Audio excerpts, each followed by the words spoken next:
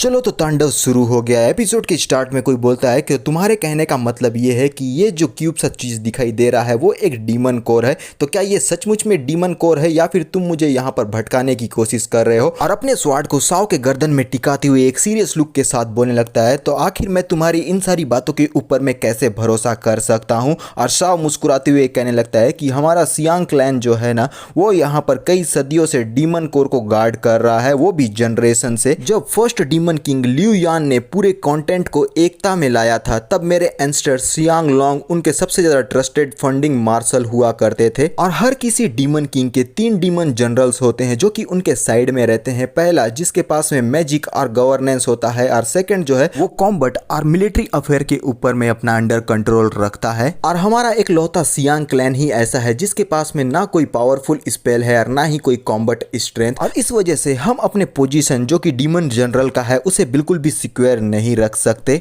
और वो उस डीमन कोर को सामने की तरफ में करते हुए कहता है कि जो हम लोगों के पास में है वो बस ये एक डीमन कोर है जिसे हमारे मार्शल सियांग लोंग के ब्लड के द्वारा ही एक्टिवेट किया जा सकता है। और इसके अलावा किसी में भी इतनी एबिलिटी नहीं है जो कि इस डीमन कोर को यहाँ पर अनलॉक कर सके। तो मैं अब ये जो डीमन कोर है वो आपको यहाँ पे देना चाहता हूँ। और ह्यूमन वॉरियर अपने मन में कहने लगता है कि मैंने इस डीमन कोर के बारे में पहले भी काफ़ी कुछ सुना हुआ था और मुझे इस बारे में अच्छी तरीके से जानकारी है कि इसके अंदर में इंटायर डीमन रेस का पावर मौजूद है, यानी कि ये जो वेपन है ये बहुत ही ज़्यादा पावरफुल है। और हर एक demon core ancient demon king के क्रिस्टल को रिक्वायर करता है, और जब इसे हम कंबाइन करके इसे रिफाइन करते हैं तो इसमें कई जनरेशन लग जाते हैं। अगर हमको टॉप टायर का डीमन कोर यहाँ लेना है तो उसके लिए कम से कम सदियों या फिर कई दशक यहाँ पर लग सकते हैं। और वो कहता है कि ये तो बहुत ही पावरफुल चीज़ है। और ये जो साव है वो मुस्कुराने लगता है और वो वॉरियर बोलता है कि तुम इतने आसानी से मुझे इतने पावरफुल वेपन को दे रहे हो।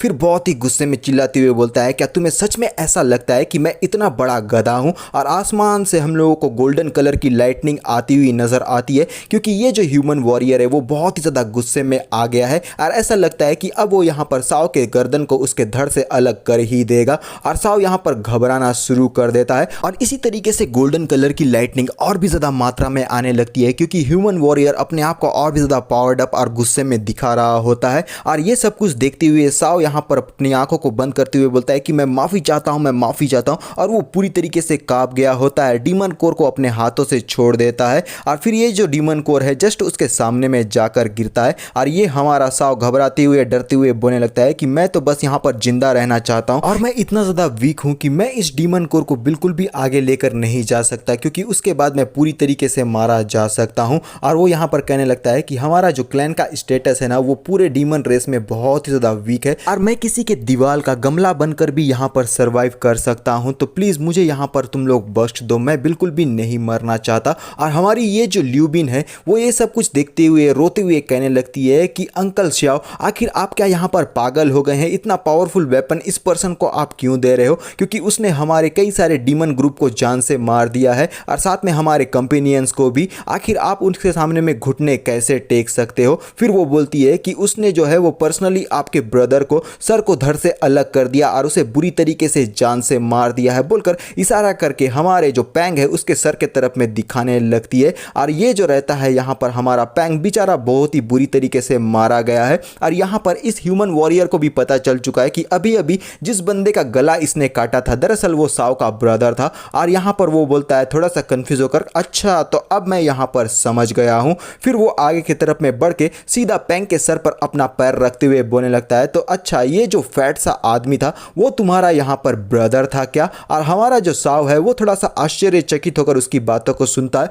और ये जो ह्यूमन वॉरियर है बड़े ही बदतमीजी और डिसरिस्पेक्टफुली हमारे पैंग के सर को लात से मारकर सीधा साव के तरफ में फेंक देता है। और पैंग का जो सर है वो यहाँ पर लुढ़कते हुए सीधा हमारे साव के सामने में आ गिरता है। और इसे देखने के बाद हमारा जो साव है वो पूरी तरीके से मेंटली अनस्टेबल नजर आता है। वो बोलता है कि आखिर तुम्हें किसने यहाँ पर कहा था कि अपने से स्ट्रॉन्गर बंदे का सामना करो? तुमने यहाँ अपनी मौत को खुद अपने ऊपर में बुलाया है। मुझे अच्छी तरीके से पता है कि हम लोग ह्यूमंस के मैच बिल्कुल भी नहीं हो सकते, तो हम लोगों को पहले से ही ये वॉर को स्टार्ट करना ही नहीं चाहिए था। और पागलों की तरह हंसना शुरू करते हुए बोलता है कि हाँ, अब मैं पूरी तरीके से समझ गया हूँ। और ये जो ह्यूमन वॉरियर है वो भी यहाँ पर ठहाके मार के हंसने लगता है। और फिर तभी वो सीधा जाकर हमारा इस क्यूब को उठाते हुए बोलता है कि ये तो काफ़ी ज़्यादा इंटरेस्टिंग है कि तुमने इतने इंपॉर्टेंट चीज़ को जो है वो हम लोगों को दे दिया है। आखिर तुमने जो है वो बहुत ही अच्छा डिसीजन लिया है। और फिर वो अपने हाथों में उस डीमन कोर को लेते हुए बोलने लगता है कि मैं इस डीमन कोर को एक्सेप्ट करने के लिए पूरी तरीके से तैयार हूं। लेकिन हम हमारे शाव को देख पाते हैं जिसके आंखों में खून की नसें दौड़ गई होती है और वो एक सीरियस लुक में नजर आता है। और फिर वो अपने मुंह को खोलकर अपने अंगूठे को चबाते हुए बोलने लगता है, तो ठीक है डीमन लॉर्ड, हो सके तो मुझे यहां पर प्रोटेक्ट करना। और जैसे ही मिस्टर मिंग शाव को ऐसा करता हुआ देखते हैं, वो अपने सामने में फ्लावर टेक्निक एब्सोल्यूट डिफेंस को एक्टिवेट कर देते हैं, जो कि बहुत ही जबरदस्त नजर आता है। और हमें एक नोटिफिकेशन दिखाया जाता है, ultimate skill core of life setter. और ये सारी चीजों को देखने के बाद वू जुन और लियो बिन दोनों ही हैरान होते हैं, जहां पर लियो बिन बोलने लगती है कि क्या आखिर ये सब कुछ यहां पर क्या हो रहा है, मैं अच्छे से नहीं समझ पा रही हूं। और फिर तभी हम देखते हैं कि यहां पर अजीबोगरीब चीजें होना शुरू हो गई है, क्योंकि हमारे मिस्टर मिंग ने एक बैरियर के थ्रू यहां पर अपने डिफेंस को एक्टिवेट कर दिया होता है। और ये जो हमारा रहता है साव, वो अपने अंगूठे को काटते हुए बोलता है कि डीमन कोर, और उसके अंगूठे से काफी ज्यादा ब्लीडिंग होने लगती है। और वो इस जगह पर अपने ब्लड को फेंकते हुए बोलता है एक्टिवेट। और बहुत ही जबरदस्त लुक के साथ में उसका ये जो ब्लड रहता है वो आगे की तरफ में जाकर सीधा उस डीमन कोर पर पड़ता है, जिसे ऐसा होता हुआ देखकर ह्यूमन वॉरियर पूरी तरीके से कंफ्यूज होकर उस यहाँ डीमन कोर को अपने हाथों से ही छोड़ देता है। और तभी यहाँ पर उस डीमन कोर में किसी प्रकार का रेड एनर्जी बाहर की तरफ में निकलना शुरू हो जाता है। और फिर एक बहुत ही तेज रोशनी के साथ ये जो ह्यूमन वॉरियर है वो बोलता है कि आखिर अब ये यहाँ पर क्या हो रहा है। और फिर ये रोशनी और भी ज्यादा तेज होती है, ह्यूमन वॉरियर की परछाई धीरे धीरे करके इस जगह पर से मिटने लगती है। और ऐसा लगता है जैसे कि वो यहाँ पर अब मरने वाला है। साओ के बॉडी से काफी ज्यादा फायर रिलीज होने लगती है और वो मुस्कुराते हुए बोलने लगता है कि हमारे जो सियांग क्लैन है ना, उसने कई सदियों से इस मूवमेंट का यहाँ पर इंतजार किया था। और उसकी बॉडी पूरी तरीके से बर्न होने लगती है और उसे कपड़े जल गए होते हैं। फिर भी वो मुस्कुराते हुए बोलता है क्योंकि यहाँ पर ये एक लौता ऐसा चीज है जो कि हमारी ही फैमिली कर सकती है और इसके अलावा कोई भी नहीं। और उसकी बॉडी पूरी तरीके से इंजर्ड हो जाती है और वो बोलता है कि जनरेशन से हम लोगों ने डीमन रेस से ब्लेसिंग को रिसीव किया हुआ है,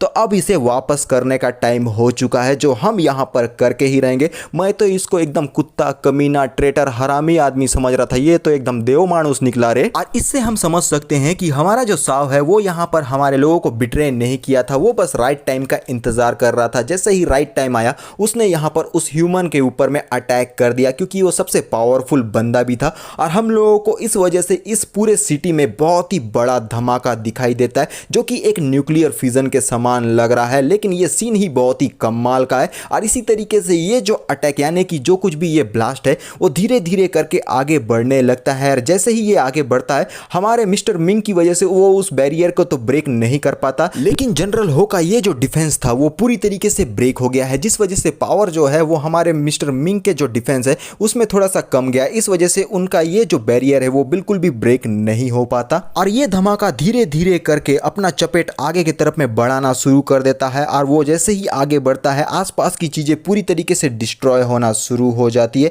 और उसके चपेट में जितने भी ये ह्यूमंस आ रहे होते हैं वो पूरी तरीके से डिस्ट्रॉय होना भी शुरू हो गए हैं। और कुछ ह्यूमन इस धमाके को देखने के बाद पूरी तरीके से आश्चर्यचकित भी होते हैं कि आखिर अब ये यहाँ पर क्या हो रहा है। और यहाँ पर जितने भी डीमंस रहते हैं वो बोलने लगते हैं कि आखिर अंदर के तरफ में यहाँ क्या हो रहा है, क्योंकि इतना बड़ा धमाका इस जगह पर हुआ है। और फिर हम इसका फुल इम्पैक्ट देख पाते हैं वॉल के बाहर से, जो कि बहुत ही बड़ा धमाका होता है, जो कि हमारे साव ने उस ह्यूमन वॉरियर के अगेंस्ट में किया होता है। क्या पता वो ह्यूमन वॉरियर उस जगह पर बचा हो या नहीं, लेकिन फिर भी हम लोगों को आसमान में गोल्डन कलर की लाइटनिंग यहाँ पर दिखाई दे रही होती है। इसका मतलब ये हो सकता है कि वो बंदा शायद अभी नहीं मरा होगा। और इसी तरीके से ये लाइटनिंग और भी ज़्यादा गहरी होने लगती है। और फिर जैसे ही यहाँ पर धुआं हटना शुरू होता है, हम लोगों को यहाँ पर कुछ चीज़ें थोड़ी थोड़ी दिखाई देती है, जैसे कि हमारे मिस्टर मिंग का बैरियर जो अभी भी ब्रेक नहीं हुआ है, लेकिन ये जो लाइटनिंग है वो उस धुएं के अंदर में जाती हुई हमको दिखाई दे रही होती है। और फिर हम देखते हैं कि जैसे ही मिस्टर मिंग अपने बैरियर को हटाते हैं,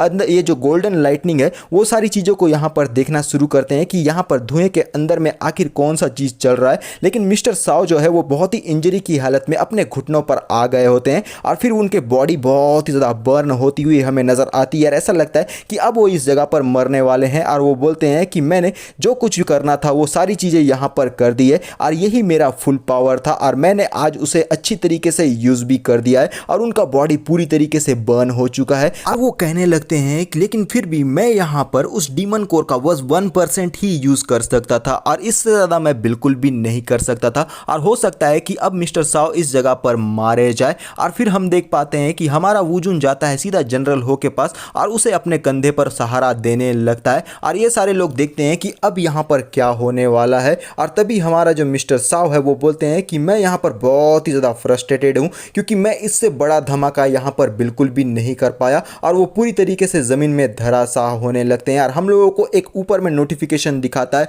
क्लास 5 गीटा थंडर ड्रैगन और यहाँ पर जैसे ही ये धुआं हटता है हम लोगों को कुछ चीज़ें नज़र आती है जहाँ पर से काफ़ी ज़्यादा लाइटनिंग निकल रही होती है और एक नोटिफिकेशन दिखाया जाता है skill absolute defence can block all damage with in 30 second. और यहाँ पर हम देखते हैं एक बहुत ही बड़ा ड्रैगन जिसने यहाँ पर उस ह्यूमन वॉरियर को कवर करके सेव कर लिया होता है। इस वजह से इस ह्यूमन वॉरियर को बिल्कुल भी कोई स्क्रैच तक नहीं आया है और वो एक सीरियस लुक में बोलने लगता है कि तुमने अपने ज़िंदगी का सबसे गलत चॉइस किया है। और उसके बॉडी से काफ़ी ज़्यादा गोल्डन लाइटनिंग निकलना शुरू हो जाती है और हंसते हुए कहने लगता है कि अपने अल्टीमेट कार्ड को बस ऐसे ही अपने अपोनेंट के हिडन पावर को देखे बगैर यूज़ कर देना ये तो बहुत ही बचकानी हरकत है। आखिर तुम लोग इतने ज़्यादा बेवकूफ़ कैसे हो सकते हो। उसके पास में एक ड्रैगन भी है, मैं ये बोलना चाह रहा था कब से, और ये ड्रैगन बहुत ही शानदार भी है। और फिर यहाँ पर हम देखते हैं कि ये जो ड्रैगन है उसके बॉडी से काफ़ी ज़्यादा लाइटनिंग निकल रही होती है। और फिर यहाँ पर हमारे जो मिस्टर साव है वो ज़मीन पर धराशायी हमें नज़र आते हैं और ये जो ह्यूमन वॉरियर है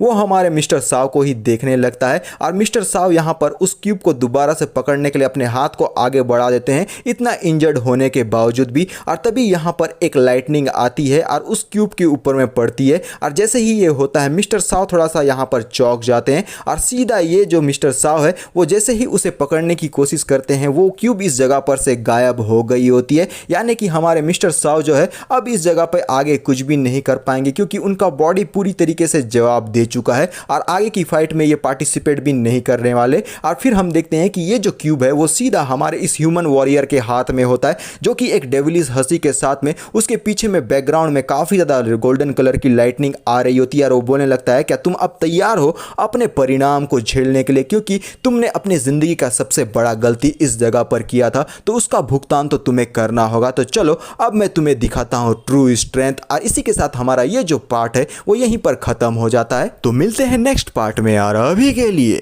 बाय।